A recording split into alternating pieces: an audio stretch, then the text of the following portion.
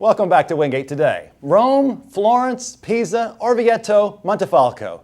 Nearly 40 members of the Wingate family enjoyed a trip of a lifetime this summer in the first ever International Alumni and Friends trip.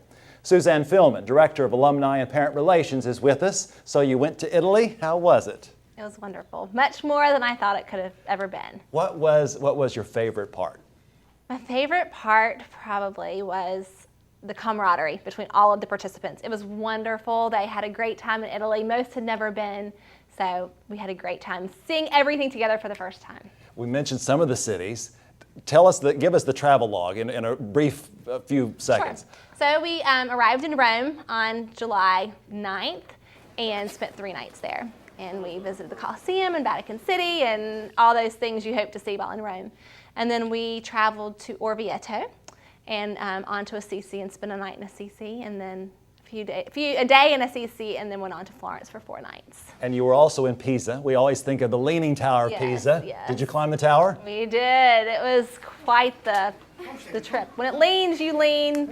Sometimes it's easier to walk than other times. How did this come about? You said you had about 40 members of the Wingate family. How did it come about? Well, most Wingate undergrads understand the importance of international travel. It's built into their program. In their junior year, they get to go on international.